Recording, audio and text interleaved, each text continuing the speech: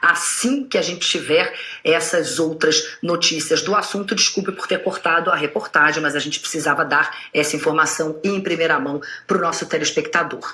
Já já, então, a gente volta com análise. Natuza Neri já está entrando aqui no estúdio para conversar com a gente sobre isso. Em instantes, então, a gente volta a falar sobre esse assunto, a prisão de Gedel Vieira. Bom, quase 2 milhões de pessoas estão sendo prejudicadas com a greve dos motoristas de ônibus na região metropolitana do Recife. E no final da tarde, hora de sair do trabalho e voltar para casa, a situação fica pior. Por causa da falta de transporte público, universidades e instituições federais de ensino suspenderam as atividades hoje. Eu vou conversar então com a Vanessa Andrade, que está lá no centro do Recife. Bom, Vanessa, boa tarde para você. Como é que está a situação por aí? Eu acabei de ver passando atrás de você um ônibus. Então a situação está voltando mais ou menos ao normal? Como é que está? Oi, Cris. Boa tarde para você, boa tarde a todos. É o seguinte, é que quando eles decretaram a greve, a Justiça determinou que o Sindicato dos Rodoviários, que representa motoristas e cobradores de ônibus, o sindicato tinha que colocar pelo menos 30% da frota nas ruas. O sindicato diz que está cumprindo isso. Mas olha só, tem muita gente aqui nas paradas de ônibus no centro do Recife. Esse pessoal aqui mesmo, que está indo para Olinda, está esperando já 40 minutos. Você mesmo estava me contando, né, que a gente está aqui esperando para conversar com Cristiane Pelágio. Você se programou para sair mais cedo, para chegar em Olinda. Quanto tempo antes você chegou aqui na parada para chegar lá no seu destino? Então, eu programei mais cedo,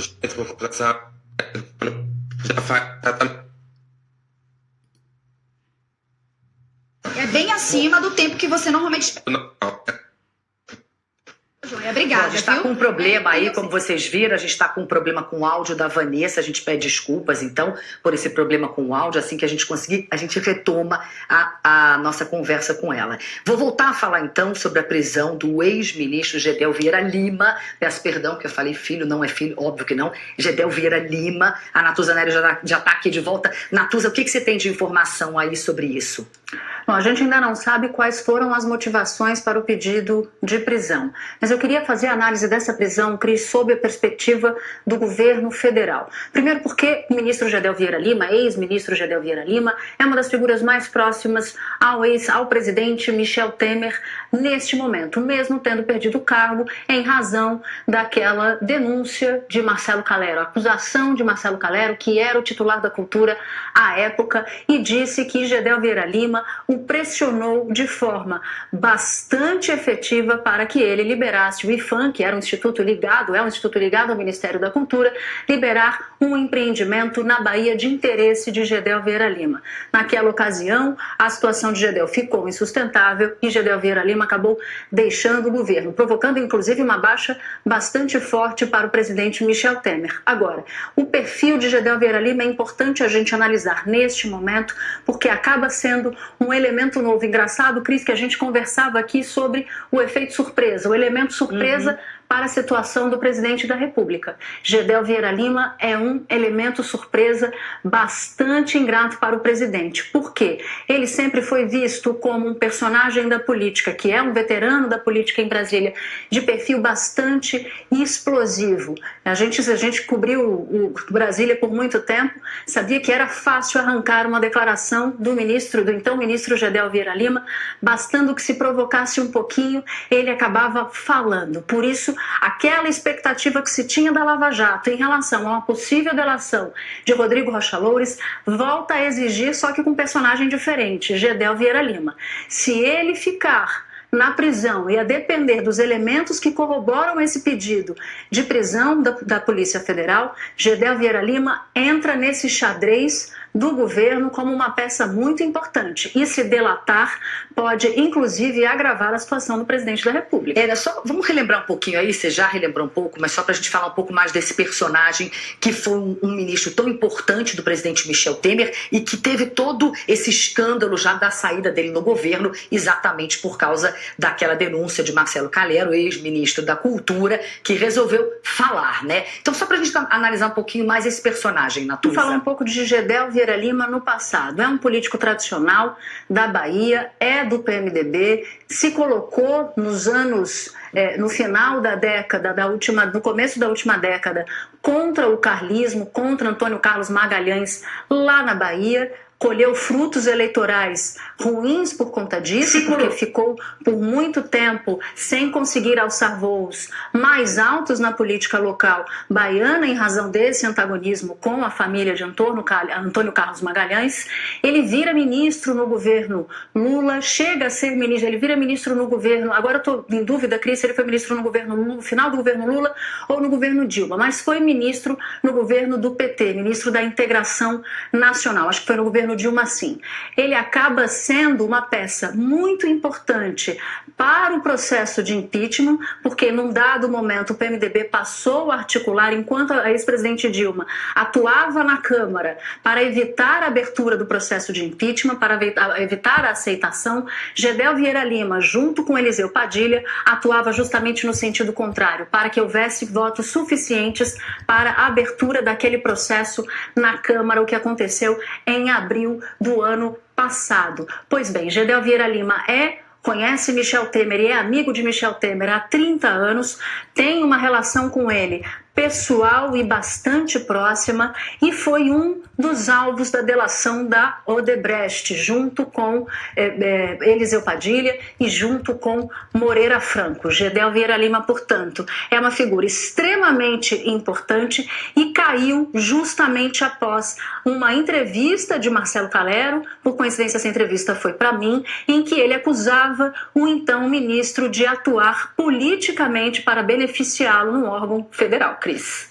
Só para a gente deixar aqui bem claro, para relembrar, né? Lógico que são muitos cargos, muitas pessoas. Natuza, o Gedel Vieira Lima, ele foi ministro da Integração Nacional no governo Lula. Então, do governo Lula, exatamente. E eu acabei de receber aqui uma nota que foi enviada pela Procuradoria da República do Distrito Federal, é uma nota grande. Eu vou ler então aqui o começo só para a gente entender um pouco melhor como se deu essa prisão. O ex-ministro estaria tentando obstruir investigação que apura irregularidade na liberação de recursos da Caixa Econômica Federal, em cumprimento a uma ordem judicial que atendeu ao pedido da Polícia Federal e da Força Tarefa Greenfield, que também é responsável pelas operações Sepsis e Cui Bono. Foi preso nessa segunda o ex-ministro Gedel Vieira Lima. A prisão é de caráter preventivo e tem como fundamento elementos reunidos a partir de informação fornecidas em depoimentos recentes do doleiro Luiz Bolonha Funaro, do empresário Joesley Batista e do diretor jurídico do grupo JIF, Francisco de Assis e Silva, sendo os dois últimos em acordo de colaboração premiada. No pedido enviado à Justiça, os autores afirmaram que o político tem agido para atrapalhar as investigações. O objetivo de Gedel seria evitar que o ex-presidente da Câmara, Eduardo Cunha, e o próprio Lúcio Funaro firmem acordo de colaboração com o Ministério Público Federal. Por isso tem atuado no sentido de assegurar que ambos recebam vantagens indevidas, além de monitorar o comportamento do doleiro, para constrangê-lo a não fechar esse acordo. Bom, fica um pouquinho mais claro aí, né, que foi exatamente por obstrução de justiça, por tentativa de, eles acham que eles estariam atrapalhando uma investigação em andamento. Exato, atrapalhando para evitar que Lúcio Funaro faça a delação.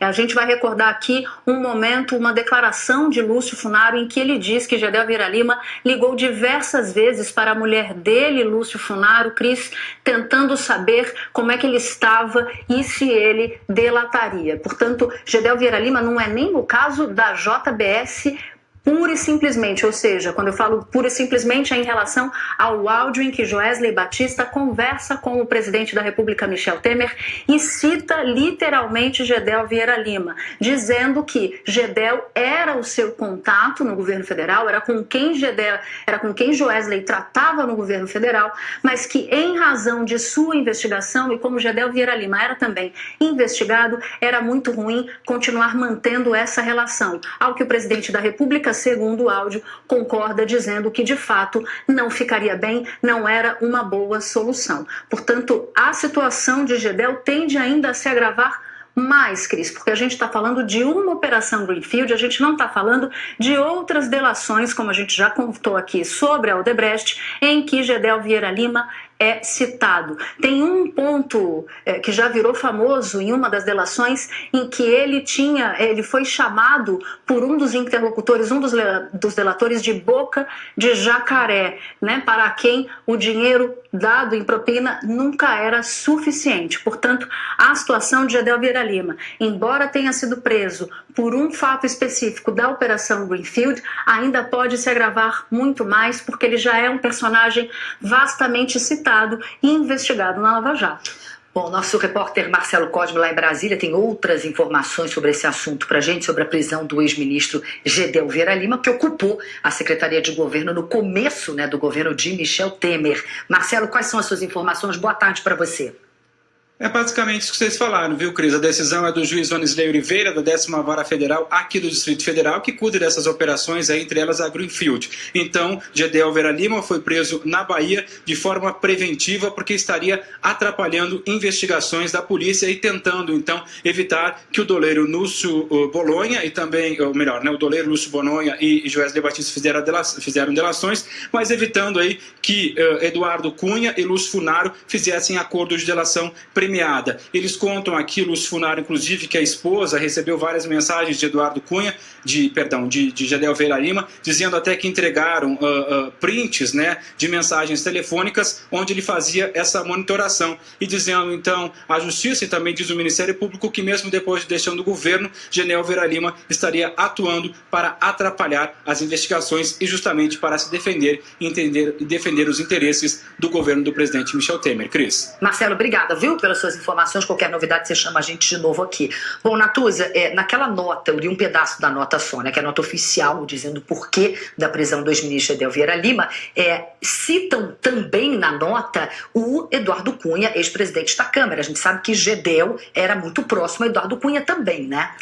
O Eduardo Cunha, quando começou a ser abandonado pelo governo, depois de ter entregado, né, a articulação que culminou com o processo de impeachment de Dilma Rousseff, ele passou a se sentir abandonado pelo Palácio do Planalto. Mas existia um personagem, uma personalidade, um ministro que ele poupava de forma muito clara. E esse ministro, então, era Gedel Vieira Lima. E tem uma informação de bastidor daquela época que pouca gente sabe, Cris. Quando o Eduardo Cunha foi preso pela Polícia Federal, Gedel Vieira Lima, além do advogado, foi uma das pessoas para quem Eduardo Cunha telefonou no momento da prisão.